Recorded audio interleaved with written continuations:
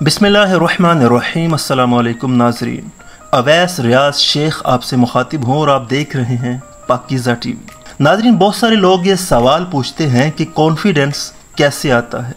Confidence चलगोज़े, पिस्ते या बादाम खाने से नहीं आता।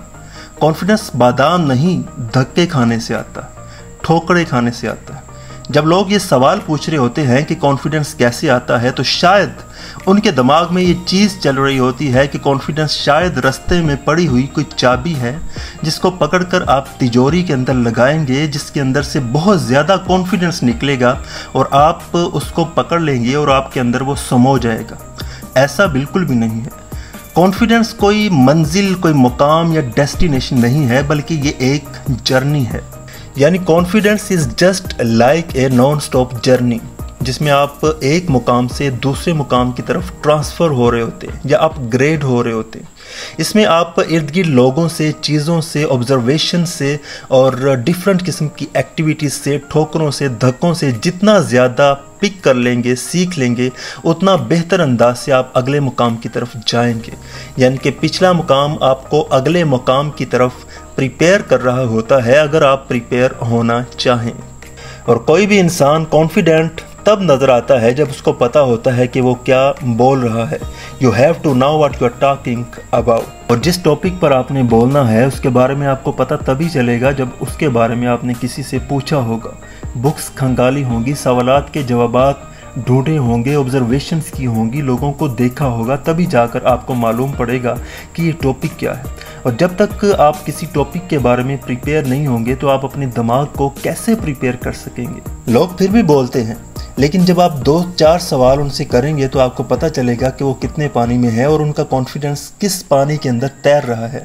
ज़ाहिरी तौर पे वो पुरितमाद नज़र आएंगे, लेकिन बहुत जल्द डावाडोल हो जाएंगे। This is not bad. दुनिया के हर इंसान को हर चीज़ के बारे में इंफॉर्मेशन नहीं होती, लेकिन आपके अंदर ये कॉन्फिडेंस भी होना चाहिए कि आप अपनी गलती को तस्लीम कर सकें।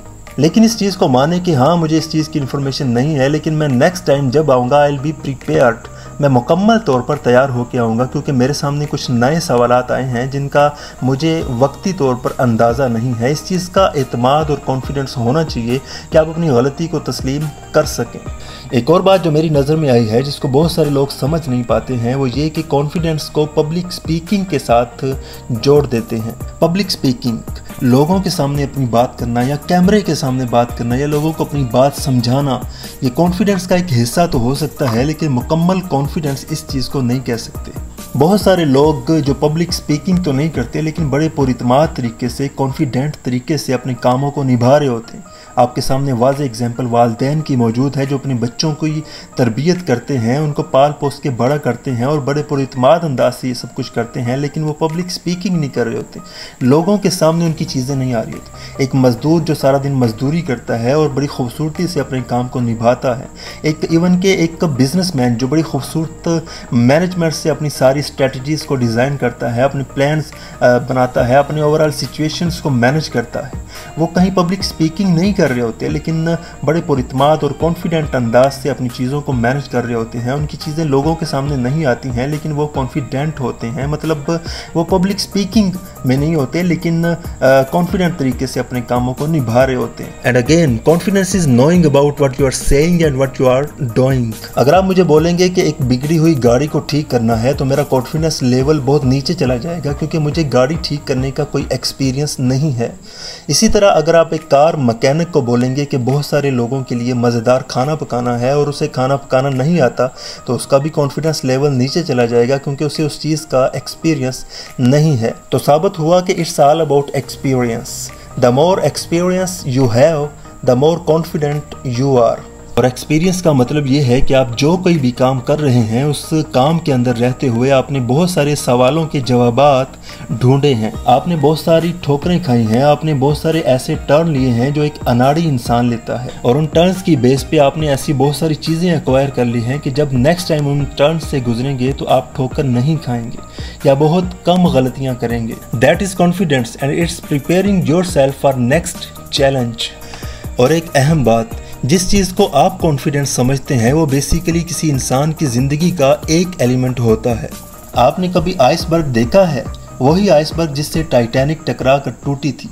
کامیابی یا کانفیڈنس کی اگزامپل دیتے وقت لوگ بعض اوقات آئس برگ کی اگزامپل دیتے ہیں۔ بظاہر جو حصہ آپ دیکھ سکتے ہیں وہ پانی کے اوپر کا حصہ ہوتا ہے جسے راک سالڈ کہتے ہیں۔ وہ راک سالڈ یا سٹرونگ اسی وجہ سے ہوتا ہے کہ جتنا حصہ وہ باہر سے نظر آ رہا ہوتا ہے پانی کے اندر اس سے بھی زیادہ ہوتا ہے، جس کی وجہ سے اوپر والا حصہ زیادہ مضبوط دکھائی دیتا ہے۔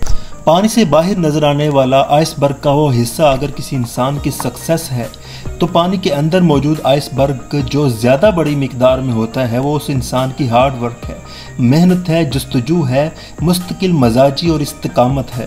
ہم صرف لوگوں کی کامیابیاں دیکھتے ہیں، ان کی سٹرگل، ان کے پیچھے چلی ہوئی ساری زندگی کو اگنور کر دیتے ہیں، which is natural۔ اور ایک اور اہم بات، آپ چاہے کانفیڈنٹ ہو یا نہ ہو، آپ چاہے ایکسپیرینسڈ ہو یا نہ ہو، آپ یونیک ضرور ہیں۔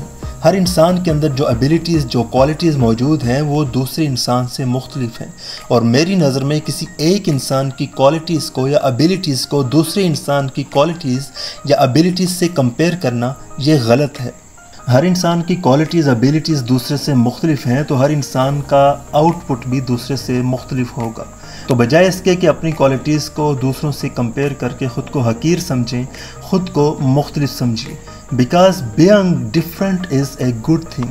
That's it. See you next time. Thank you very much.